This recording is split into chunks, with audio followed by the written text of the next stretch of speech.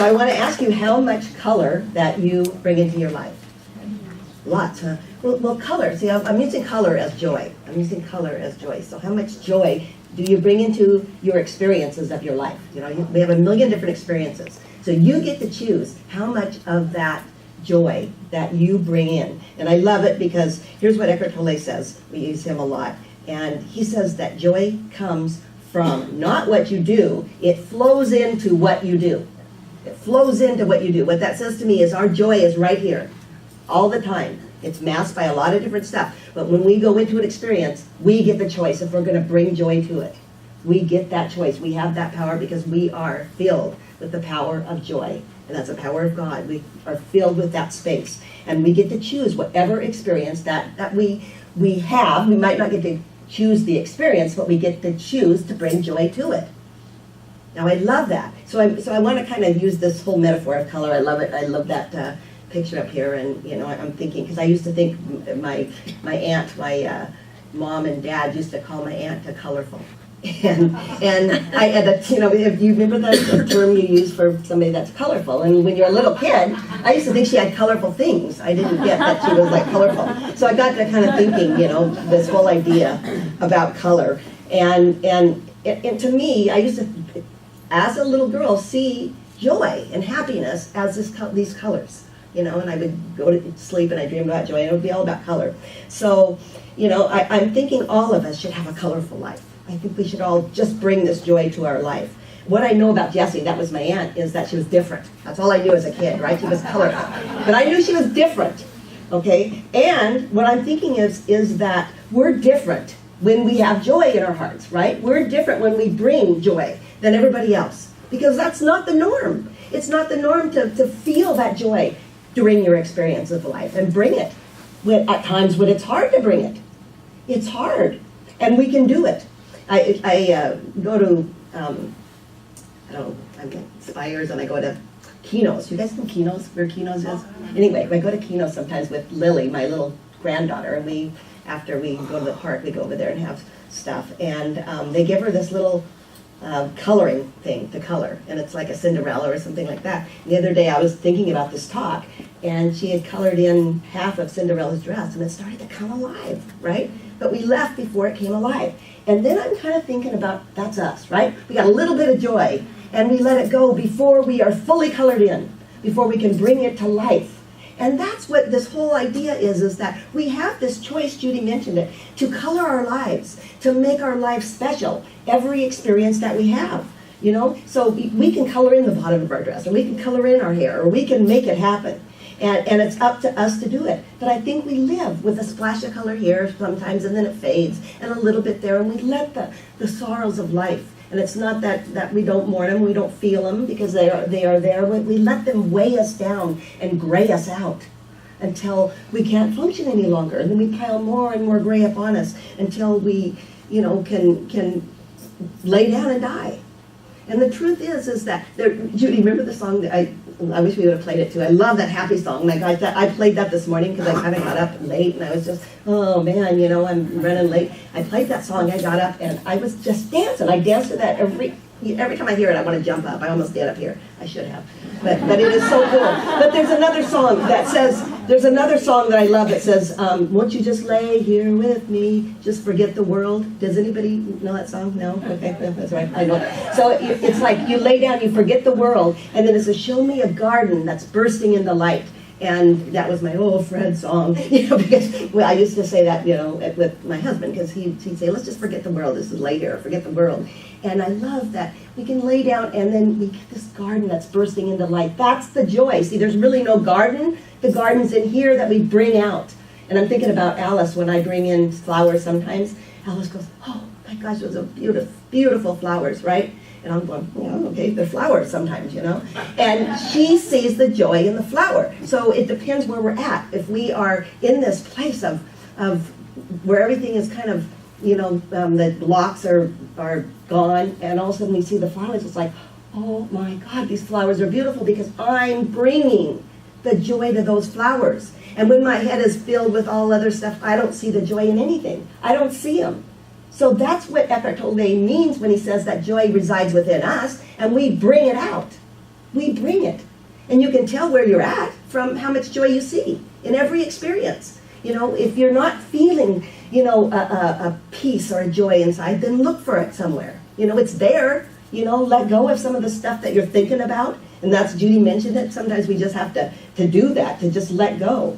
You know, joy is really well-being. That's what the Buddhists call it. You know, joy is just, it's a bubbling sometimes, but it doesn't have to be this bubbling over all the time. It can just be this peace, this well-being, this completeness with life. And sometimes when there's stuff in our life that's happening and it's hard, and you just can't go to this joyous place, you know, then you don't have to. You still have the peace that passes understanding. That's what you have within you. And so many of us, see, we're on this search to find this joy, right? We're on a search. And really, the truth is, we find pleasure instead. And that's what we think that's joy. And pleasure is just on the outside, right? Chocolate, sex, drugs, rock and roll, that's all pleasure, right? Some of it maybe, but some maybe not, you know. But that's outside of us, right? That's outside of us. The joy is what we are. That's what emanates within us. And so here we are seeking everything else. But see, joy emanates from every part of our body, you know, because really we don't have a body. I mean, you know, honestly, we do this lifetime, but underneath that is this pure, you know, molecules of incredible power, joy, love. And that's who we really are when we let go of everything else, you know. And I always like to think about it, I still think about it, that who we are is this ocean, and there's all these waves of stuff going on, you know, all the time, the good, the bad, the ugly, the stuff that we gotta mourn, the stuff we gotta cry about, and we still do, because they're just emotions. But underneath that is this incredible deep ocean, this deepness that we are, this power, this love, this incredible place within us, you know, that is everywhere. It's the space where we move and we live and we have our being, that place that is God. That's who we really are. And all of these emotions, they happen. They're not us. Our job is not to get so attached to those stuff that happens. To feel it, you know, and then let it go. Bring some attention to it, and then let it go and identify with that peace that we are, with the love that we are. And once we do that, we're so prayed up. That's what praying is. It's just knowing who you are. It's letting that vibration move through you and move through every piece of your body until you just emanate God. Because that's who we are. We're love. We're divine love. We are that. And the minute that we get it, just a little bit, it changes our life. And the more that we do it, the more it spreads to everybody else. You know? Because we get to choose, you guys. We get to choose what we take to every experience. Are we going to take color, or are we going to take gray? You know, what is it that we're going to take? Not that gray's bad, okay, I got a lot of gray, I like gray. But you know what I'm saying? And sometimes we feel gray, I guess is what I'm saying. But the truth is that life is all of it, you know, and we get the chance to be able to change. We get the chance to be able to choose, to have a choice about everything. And we can choose better when we are aware and when we are tapped into that incredible space, you know. It's just that our thinking gets in the way, right? We got to think consciously, but we let it run us our whole lives. And the minute that we step back and identify with something so much bigger, everything changes in our life. You know, and they're finding these studies, and I'm not going to get into it, but my gosh, you guys, there's studies galore that show that we can change our brain. You know, that we all have this kind of set point of where we go to sometimes. And that used to be thought, this is just new research, because for 20 years, you know, they thought we couldn't, I mean, for all this time they thought we couldn't change our brain. And then in the last 20 years, you know, they're finding out that we can change everything. We can change our mind. And it changes who we are, and it changes our life with spiritual practice, with meditation. My gosh, that's so important, your breathing meditation. So important that we learn how to step back and to breathe and to bring that consciousness to us, because that's what it's all about. Spiritual practice, it's about gratitude. It's about forgiveness. It's about remembering moment by moment to go to the right place. You know, that's why I don't understand why spiritual centers aren't just filled, because you think about it. You know, this is your life right? We go to gyms to get our bods right, you know. Well, I don't, but some of you do. You do everything to get the outside beauty, you know, and you got to get your hair done, and you got to do all these things. You brush your teeth, you get it ready, you get yourself ready. But, geez, we forget all about the inside of us. And that's what really matters. You know, how we do life matters, right? Your attitude matters in life. If you have a crabby attitude about life, guess what? You can change it. You don't have to be crabby. You don't have to be crabby. So if you're a crabby person, you know, then you can wake up and start some spiritual practice. You can change your life. And you have to know that. These studies prove it. They prove if you, I just saw this happy monk, and he was on YouTube. And oh my gosh, you know, he showed all these studies, and it just showed that people within a short period of time can change their set point. They can get up. They can feel pretty good. You know, even when they have problems in life. You know, because everybody's got problems. Everybody's got them. But you don't have to dwell on them. You don't have to let them run your life, your problems. You get to choose. You get to choose it. See?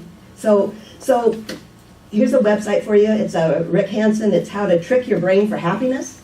You know, I mean, weird website, but honestly, they got spiritual practices. There's so much information out there for you. You don't have to be unhappy. You just have to practice.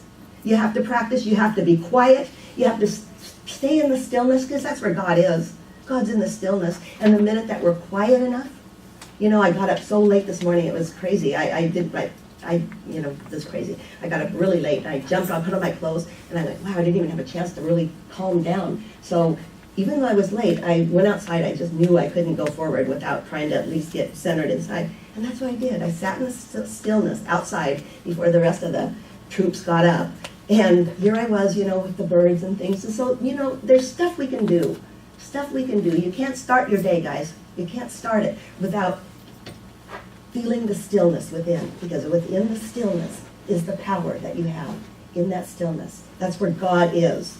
So there's so much that we can do. You know, we just have to choose. We have to be still. We have to forgive. We have to, you know, feel gratitude. You have to find it. You have to be colorful and bring it. Bring it on, you know. Life is a spiritual practice. You know, every moment is a spiritual practice, and you get to choose it. When you drink that cup of coffee, are you grateful for it? When you say hello to somebody, you know, are you judging them, or are you seeing the essence in them? You know, every moment is a spiritual practice for us. Every moment is the opportunity for you to feel joy, for you to let your joy, you know, move through you. So there's nothing more important in the whole world than this. There is nothing more important, because it's who we are. So the idea here, the whole invitation is to be still, to love, to forgive, to just be the highest and bring it. Bring it on. I love that's what Daniel says. So that's my prayer, is that let your color be revealed. Thank you.